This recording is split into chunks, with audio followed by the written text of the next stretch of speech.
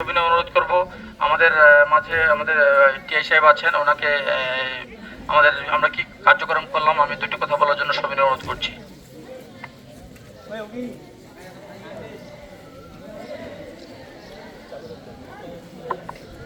ধন্যবাদ ধন্যবাদ আনোয়ার সাহেবকে।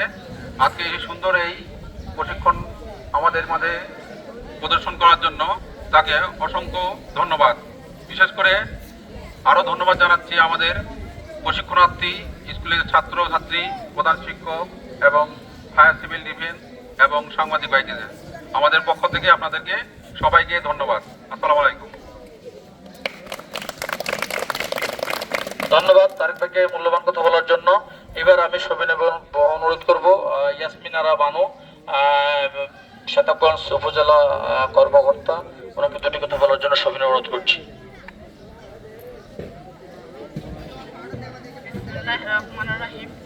আজকে আমাদের এই গ্রাম ভিত্তিক প্রশিক্ষণার্থীদের সবার সাথে আমাদের এই যে ফায়ার সার্ভিস অফিসারকে ধন্যবাদ।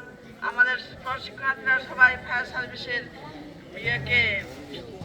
সবাই কাজে যুক্ত আছে এবং আমাদের স্কুলের এই মোল্লাপাড়া স্কুলের ছাত্রছাত্রীরা এবং স্কুলের হেড স্যার বা অন্য অন্য কর্মকর্তাবৃন্দ সবাই উপস্থিত থাকে আমাদের অগ্নি সংযুক্ত হিসাবে আমন্ত্রিত। ধন্যবাদ। আসসালামু আলাইকুম।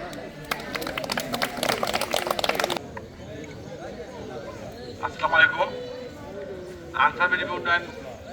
আনসার ভিডিপি অধিদপ্তর কর্তৃক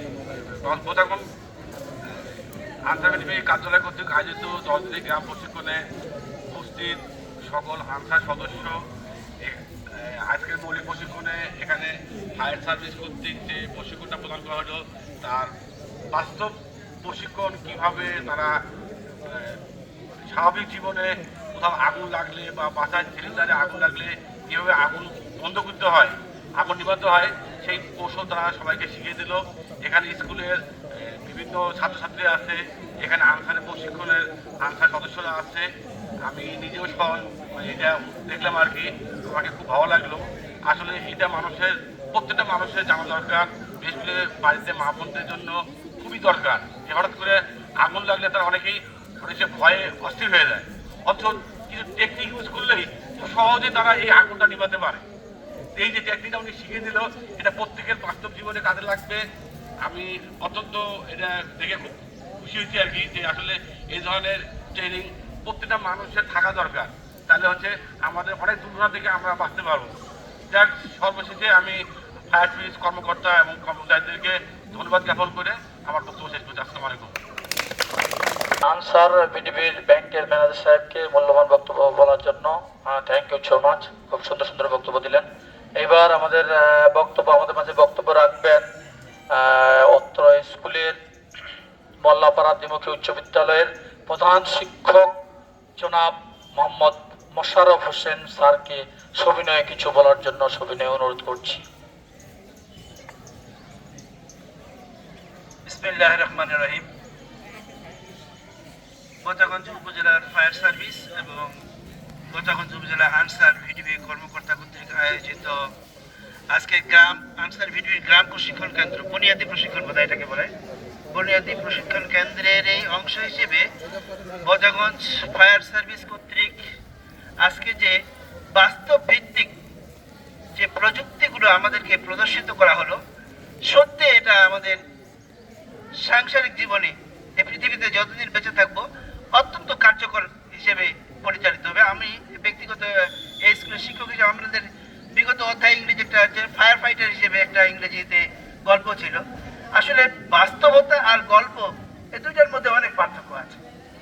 আজকে ওনারা যে আমাদের এই ছাত্রছাত্রী সহ আমাদের সবাইকে হাতে কলমে যেভাবে শিক্ষা দিয়ে গেলেন, কিভাবে আগুন লাগলে আমরা তাৎক্ষণিকভাবে কিছু টেকনিক অবলম্বন করে সেখান থেকে পরিত্রাণ পেতে পারি, এটা আমাদের সবারই সাংসারিক জীবনে, ব্যক্তি জীবনে অত্যন্ত গুরুত্বপূর্ণ ভূমিকা পালন করবে বলে আমি আশা করছি।